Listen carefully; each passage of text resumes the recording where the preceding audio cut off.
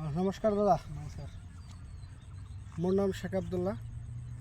মই আহিছোঁ আজি শিৱম ব্ৰেণ্ড চিড কোম্পানীৰ তৰফৰ পৰা ফাটাচিমলো গাঁৱত,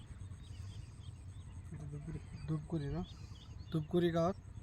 মোৰ লগত আছে এজন খেতিয়ক, যিজন খেতিয়কে নেকি আপোনাৰ শিৱমৰ 786 পাৱাৰ হাইব্ৰিড ধানটো আনি খেতিত ৰোপণ কৰিছিলে। তো মই আজি ফাৰ্ষ্ট আহিছোঁ পৰ্যবেক্ষণ কৰিবৰ কাৰণে। মই মিটিং কৰিছিলোঁ, দাদা উপস্থিত আছিলে।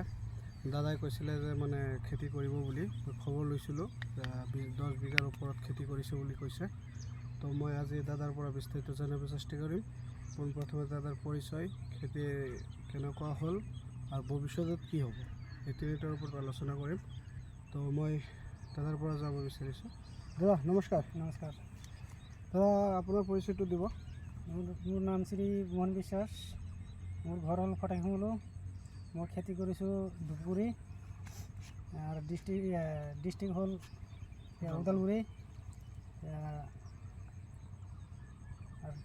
আপুনি শিৱমৰ ধান আগতে কৰিছিলে নেকি? নাই, এইবাৰ ফাৰ্ষ্ট কৰিছোঁ মই।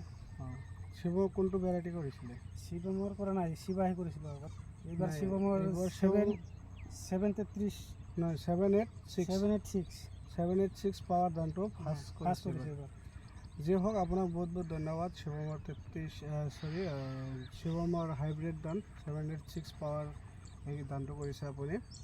তো আপুনিতো মাকৈ খেতিও কৰিছিলে? মাকৈ কৰিছোঁ, এইবাৰ কৰিছোঁ। 3355 ভেৰাইটিটো কৰিছে, সেইটো শিৱমে কৰিছোঁ। আপুনি 786 পাৱাৰ কেজি আনিছিলে বা কেই পেকেট আনিছিলে? মই 24 কেজি আনিছিলোঁ। 24 কেজি আনিছিলে। 24 কেজি 3 কেজি পেকেট হ'লে কেই পেকেট হ'ব? বাদ 24 কেজি আনিছেতো। 24 কেজি আনিছিলোঁ। তো কেই বিঘা মাটি গৈছে? মোৰতো 24 বিঘা 10 বিঘা গৈছে।